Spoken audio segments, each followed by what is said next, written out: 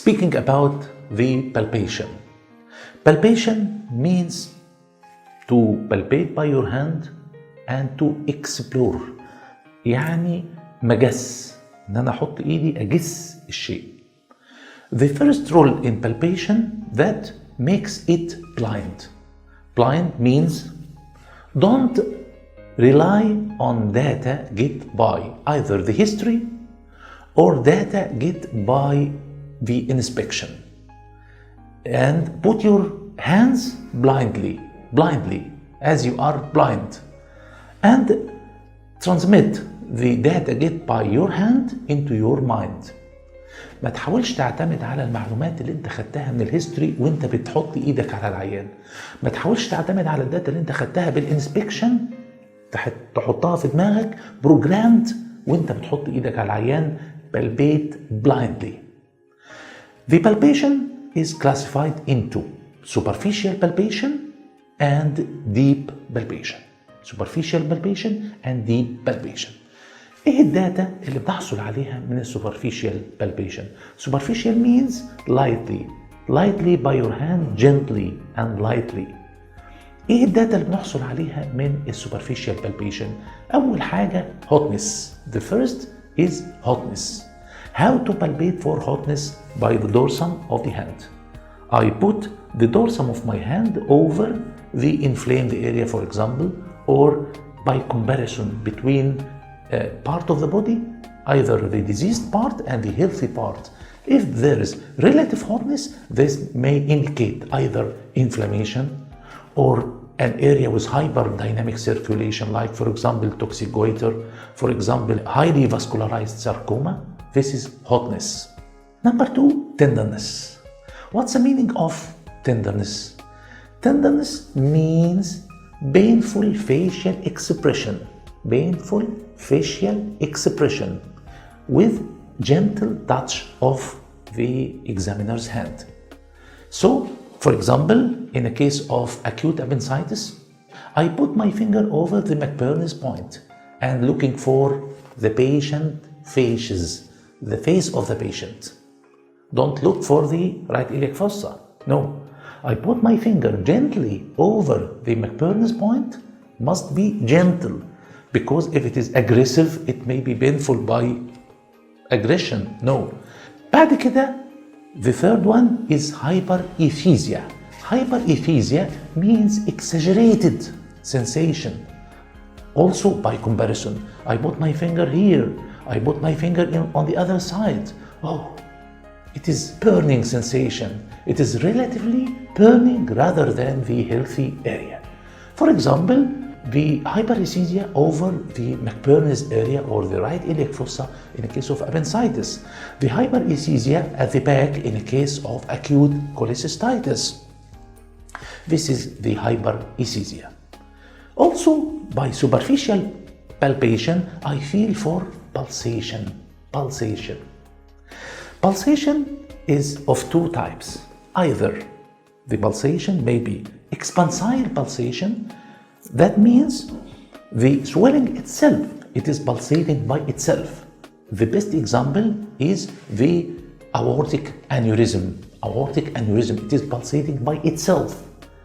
What's the other type of pulsation? It is transmitted pulsation. Transmitted from underlying artery. It is pushing swelling in front of the pulsating artery. I feel the pulsation of the artery, not the swelling itself. It is not pulsating. So how to differentiate between expansile pulsation and transmitted pulsation? By two methods. The first one is the bidigital method. I use my fingers over the swelling like that. Put your fingers over the swelling like that. If the fingers are moving away, it is expansile pulsation. If the fingers are moving forward, it is transmitted pulsation. Like this diagram. The second method is to change the position of the patient, like this photo. I make the patient leaning forward So I separate the swelling from the artery, which is pulsating. Now the pulsation will stop. So to move the patient away from the pulsating artery by changing the position. The last item of superficial palpation is the thrill. Thrill. When a vascular swelling, I put my hand over a vascular swelling, I may feel a thrill, means vibratory feeling. بنسميها رعشة. يعني بحس رعشة. This is the turbulence of blood inside the swelling. So to summarize, palpate for hotness by the dorsum of the hand, relative hotness. Palpate for tenderness, which means painful facial expression on gentle touch. For hyperesthesia, relative increase of the sensation over the inflamed area. Palpate for pulsation and palpate for thrill. Then the deep palpation. Deep palpation means palpating deeply, deeply. Number one, we palpate for the size, and we may use a scale. مزورة ممكن أقيس بيها الحجم. So to express the size by palpation must be, for example, 2 centimeters by 4 centimeters. You must define the diameters. Then to palpate for the surface of the swelling, is it smooth surface, is it nodular surface, is it irregular surface, whatever. Then to palpate for the edge of the swelling. For the edge of the swelling, is it ill-defined edge or well-defined edge, or is it slippery edge? Slippery edge slips under my fingers, تتزحلق. This is peculiar for lipoma. Lipoma is a soft swelling. It is lobulated swelling in most of instances, and it has slippery edge. When I put my finger, it will slip away of my finger. It is slippery edge. This is lipoma. As regards the skin over, by palpation, to palpate for the skin over the swelling, I pinch the skin. I pinch the skin away from the swelling to see any attachment or any sinuses. It will be adherent to the swelling. Then a very, very important item in the deep palpation, which is palpation for the consistency. Consistency to differentiate solid from cystic. The solid swelling is non-indentable. It is non-yielding under pressure. When I put my finger, it does not yield. It is non-indentable. يعني ايدي ما تغرسش في swelling. And the solid swelling may be hard like the forehead, firm like the nose, or soft like the lips. Again, hard like the forehead, or firm like the nose, or soft like the lip. This is the solid swelling. The cystic swelling, how to diagnose for cystic consistency? How to diagnose for cystic consistency? We will speak about 6 items. What are the 6 items to diagnose cystic consistency? Number 1, fluctuation. Fluctuation. Fluctuant means it is fluctuating up and down, up and down. When I put my finger, for example, in this pool, the other pool, by movement of the fluid, will come like that. When I press here, this will come like that. So this is fluctuation due to movement of the fluid inside the cyst. It's called fluctuation. Fluctuation. What are the types of fluctuation? Bipolar fluctuation, like that, like this photo. Bipolar fluctuation, example in the testicular hydrocele, I press over the lower pool, then the upper pool will expand. Then I press in the upper pool, the lower pool will expand. This is bipolar fluctuation, bipolar fluctuation.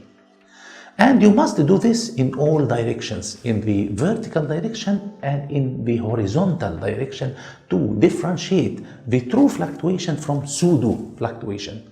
What's meant by pseudo fluctuation? Any fatty area, any muscle may show, any lipoma for example, may show pseudo fluctuation. It is not true fluctuation. How to differentiate true fluctuation from pseudo fluctuation? Do fluctuation in all directions. Pseudo, I may press like that, this will expand, Press like that, this will expand. Press like that, this will expand. But in the vertical direction, no transmitted fluctuation. It is pseudo fluctuation. So there is true fluctuation, there is pseudo fluctuation, and there is cross fluctuation. Cross fluctuation, the best example for cross fluctuation when there is an abscess with a barrier in between. Abscess, for example, the psoas abscess will bulge in the right iliac fossa and will bulge in the thigh. What's the barrier in between? The inguinal ligament. The inguinal ligament is a barrier. So when I press over the right iliac fossa, the swelling in the thigh will bulge.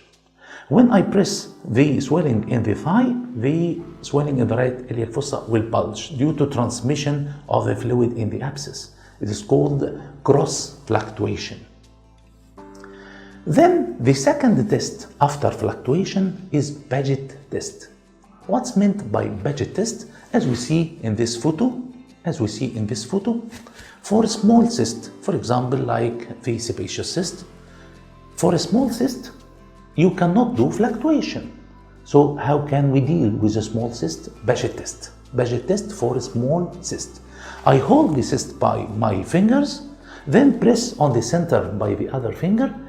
The periphery will expand and the center will sink and the periphery will expand. This is positive Paget test, means small cyst like this photo. Another test is molding test, like that when the content is not fluid. For example, it is عجينة like, it is paste like عجينة. The typical example is the sebaceous cyst like that. When I press, it may sink without re-expansion. This is molding, يعني تاخد شكل، تطبع. The fourth test is trans-illumination. Trans-illumination. In a dark room with a very good torch or very strong torch, in a dark room, I get the torch behind the swelling and try to see the light through the swelling itself. It will be transilluminant if it contains clear fluid. The best example, either the testicular hydrocele or meningeocele, or cystic hygroma, which contains lymph. These are transluminant swellings. Transillumination is negative, or we can say transopaque if the content is not clear. The best example is sebaceous cyst that contains sebaceous material. It is transopaque. It's not translucent or transluminant. After that, the fifth method to diagnose cystic consistency is ultrasound. And there is ultrasound for the surgeon. It is bedside test. It is not investigation. It is bedside test. Ultrasound for the surgeon. I put the probe over the swelling and I can see the clear fluid content by the ultrasound. And we can classify cysts by ultrasound into three types. The first type, it is called simple cyst. Simple cyst means clear fluid with a thin lining of the cyst. It is not complicated. It is simple cyst and usually it is benign. The second type of the cyst is complicated cyst. Complicated cyst, the center is not clear. It is turbid because of complication by inflammation. Inflammation of the fluid means turbid fluid inside, so the content is turbid in the ultrasound. The third type of the cyst is complex cyst. Complex means clear fluid with a solid part which is apparent in the ultrasound. The solid part is very important and it is suspicious cyst. The solid part must be biopsied or the whole cyst must be excised to exclude malignancy inside the cyst. Intracystic carcinoma. So, which type is dangerous? The simple? No. The complicated? No. The complex type must be biopsied. It is serious. This is by ultrasound. And the last method to diagnose cystic consistency is aspiration. I put a syringe and aspirate the content. Of course, aspiration of the content can tell me about the which is inside the cyst. Maybe clear fluid, maybe bloody, maybe pus, maybe lymph, whatever. And a very important question, how to suspect malignancy through the aspiration. Number one, if the aspirate is bloody aspirate, or it is sanguineous cyst is suspicious. Number two, if I send this sanguineous fluid to the pathology department and the result is positive cytology for malignant smear. The third item, if it is rapidly reaccumulating after aspiration, if I do complete aspiration and within few weeks it is rapidly reaccumulating, suspect malignancy, and this cyst must be biopsied or excised. The fourth is a complex cyst. If the cyst contains solid part, it is suspicious cyst, must be biopsied. The solid part must be biopsied or the cyst must be excised. So we summarize: number one, fluctuation; number two, Paget test; number three, molding sign; number four, trans elimination; number five, the ultrasound, and it is very important, ultrasound. I can take ultrasound guided aspiration or ultrasound guided biopsy. And the fifth is aspiration. How to suspect malignancy in the aspirate? It is bloody, it is positive for cytology, it is rapidly accumulating, or it is a complex cyst by the ultrasound. This is to be suspected.